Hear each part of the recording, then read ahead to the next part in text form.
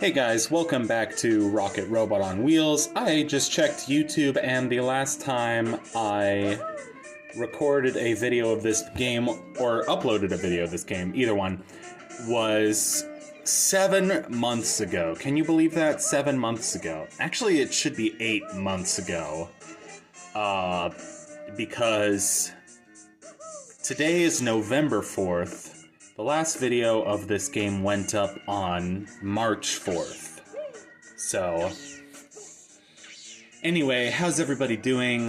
Like I said, today is November 4th. We're here with Rocket Robot on Wheels, getting some of the tickets that we missed here in the overworld in JoJo's World and his domain. I don't know, JoJo's World is just a funny... that it wasn't even connected to his domain, but I thought of it because the other Let's Play that I'm currently doing is B3313. Which I'm going to a lot of effort for B3313, and the thing is, it doesn't even feel like... it feels like a project that I just kind of started as a joke. Like, I never felt like I was going to commit to that game all the way through. It kind of feels like a very strange experience, like, you know, because there's no plot and there's no sense of level progression. Like, there's a ton of levels, but it just feels like you can do them in any random order, and there's no sense of, like, logical progression like there is with a game like this. A game like this is much more like the standard, almost like Banjo-Kazooie kind of format. But yeah, B3313, there's just, like, no plot, and there's a little bit of dialogue, but there's, like, no story. It's a very dreamlike experience, and yet I am, like, meticulously going back through my footage for that game and trying to figure out, like, what every star I collect, how many stars there are in each level, you know, how many that is in total. A lot of these things because the game doesn't count for you. But trying to explain the 7-month gap in Rocket Robot on Wheels videos, I really wasn't feeling this game, and honestly, this is one of my least favorite levels in the game. The thing is, I usually like sky levels. Depending on the game, I guess. And I like the atmosphere of this level. I like the sort of light pink, light purple clouds surrounding the, like the sort of light pink sky. I like that a lot. It's a very pretty sort of, almost sunrise or sunset type of texture. And I do think that this level's theme is one of the best songs in the game, probably. But, to be honest, I like levels 1 and 6, so the first and last levels, and I'm not a big fan of a lot of the levels in between. They're just either, I feel like the theming is kind of bland, or they're just very frustrating, and they have very frustrating puzzles and or challenges. And one of those being this magnet minigame. Yay, magnet minigame. It's alliteration. Oh my goodness. Yeah, I don't know. This game isn't that bad, just like a lot of the minigames are particularly frustrating, and the camera is pretty bad.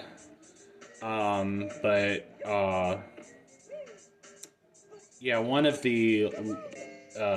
so yeah, the way I recorded this, I recorded several videos in a row, and one of them I went back to mind-blowing and collected a lot of those tickets, and that was fine. That was kind of fun, actually, but goodness, the camera was awful in that level. But yeah, I had about 25 minutes of footage here. I edited it down to like 14 minutes. This episode is exactly 14 minutes long, so that tells you how much, like, failing and dicking around there was in this level, and honestly, yeah, When I say I had to take a mental health break from this game, I am not kidding. So, anyway, here we are back with more Rocket Robot on Wheels. There's ticket number E, because E is the best number. I love ticket number E. So stupid. But I really did wish more people did playthroughs of this game. Like, it is pretty underrated. The soundtrack is so chill. Like, the soundtrack is so goofy. Like, it really does sound like jazzy little, like, circus music. Like, both, like, old-timey jazz and, like, old-timey circus music. It's a lot like the soundtrack to Space Station Silicon Valley. So it's just interesting that those two games specifically have soundtracks that are, like, all jazz. I don't know. I like the flying carpet, that's pretty good. But yeah, whenever I think about this game, I think about, Peakhall44444, who did a playthrough of this a long time ago. So, yeah. And then I got this game in 2012 or 2013. Maybe like spring of 2013, I'm not sure. Probably, yeah. There's another machine part. There's a clown in a turban, so goofy. Oh my goodness. I don't know what to talk about in this episode. Don't take my bomb. You took my bomb, and you just took my bomb.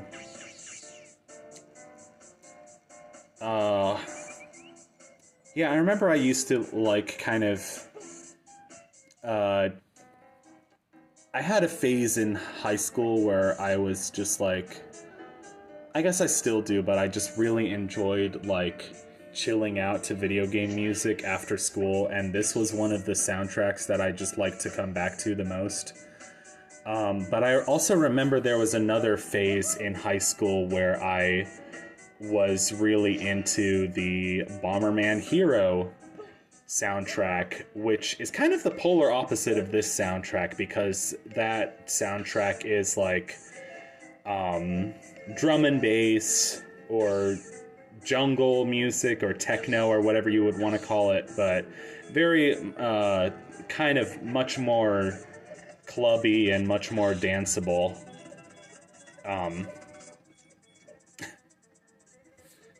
For anyone who's curious, that is actually one of my favorite genres of music. Like, I really like CFAX Acid Crew.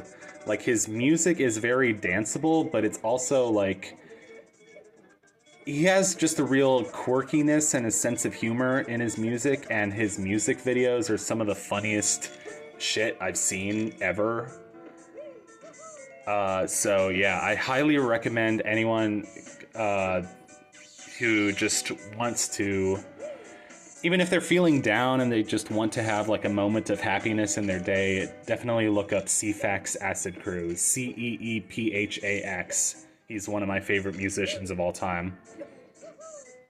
I feel like I really got into electronic music with Pilot Red Sun, starting in, was that either, I think that was 2021 when I got super into Pilot Red Sun. Oh, the four doors, they're opening. I like this this texture on the ground. It's a very ornate kind of tile texture. It's cool. I'm going to get tired of ranting about the camera in this game, but... And the thing is, like, Rocket is literally a unicycle, so that's why he's kind of more difficult to move around than, like, Mario or something, because Mario can just, like, use his feet and pivot in any direction he wants to, but Rocket sort of has to...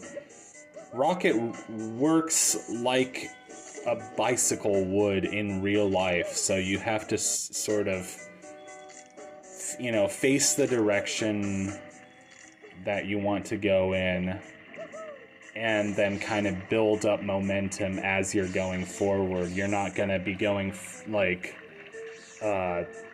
fast right away. I don't know how to describe it. Just go watch Nitro Rad's video, because I love Nitro Rad. He's so passionate about video games, and watching his videos just makes me fall in love with video games all over again, and he's just so full of joy.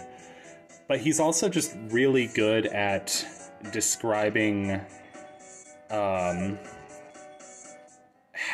platformers feel to play, and all the little design choices that go into the physics of a game and the moveset of a game and how that affects the experience. And that's a gift that I definitely don't have. I'm definitely not good at breaking down that level of game design in the way that he does. I like this pile of coins here. I wonder what that implies. That this is like a treasure palace, a treasure.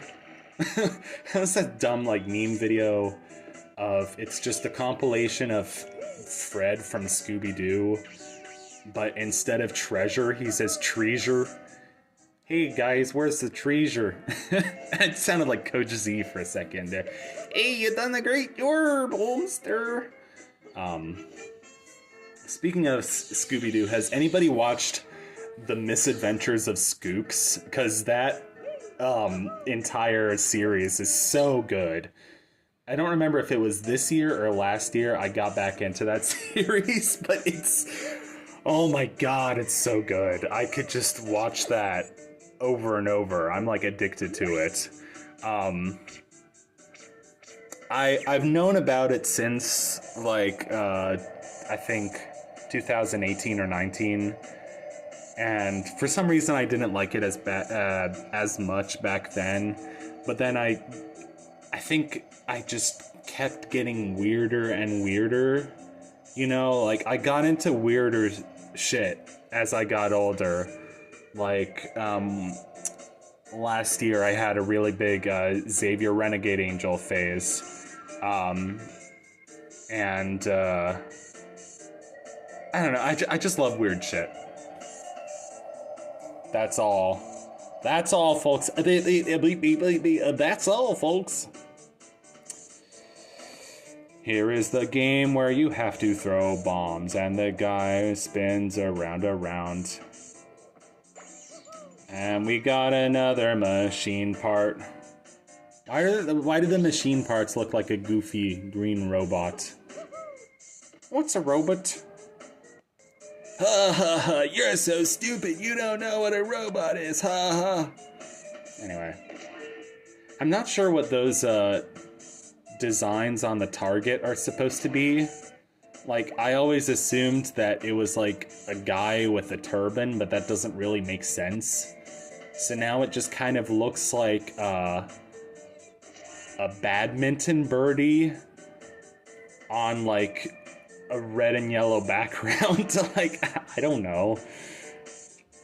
I'm not Noam Chomsky. I'm not Slavoj Žižek. I'm not some genius. Anyway, that's a great place to end the episode.